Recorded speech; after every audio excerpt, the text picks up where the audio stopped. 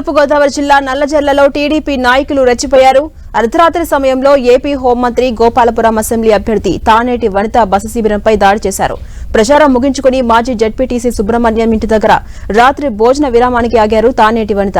ఆ సమయంలో ఒక్కసారిగా టీడీపీ అభ్యర్థితో పాటు ఆ పార్టీ కార్యకర్తలు మూకుమ్మడిగా వనిత బస శిబిరంపైకి దూసుకొచ్చారు. కర్రలతో ప్రచార వాహనం, సౌండ్ సిస్టమ్, అక్కడి వాహనాలను ధ్వంసం చేశారు. భయంతో పరుగులు తీసిన వైసీపీ కార్యకర్తలపై దాడి చేశారు.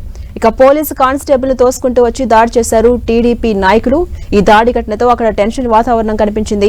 విషయం తెలుసుకున్న ఎస్పీ జగదీష్ ఘటనా స్థలాన్ని పరిశీలించారు. సీసీటీవీ ఫుటేజ్ ఆధారంగా దర్యాప్తు చేస్తున్నారు.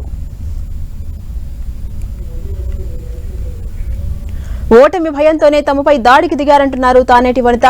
ప్రచారంలో తాము దూసుకుపోతుండడం, విజయ అవకాశాలు మెరుగుపడటంతో నిరాశలో ఈ దాడి చేశారంటూ ఆరోపించారు.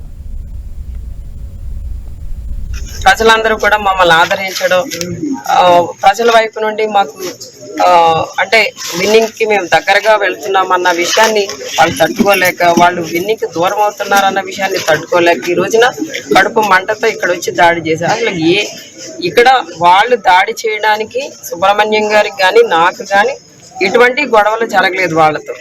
అలాంటప్పుడు ఎలా వచ్చి ఇక్కడ దాడి చేస్తారు? అంటే ఇక్కడ ఒక దళిత మహిళగా ఉన్న నన్ను, ఇక్కడ అభ్యర్థిగా ఉన్న నన్ను ఈ విధంగా కించపరిచే విధంగా, అవమానపరిచే విధంగా, అంటే ఈ విధంగా దాడి చేసేసి రౌడీయిజం చేసేసి వాళ్ళేదో ఇక్కడ రాజకీయం చేస్తూ గెలవాలనుకోవడం అనేది ఎంతవరకు కరెక్ట్?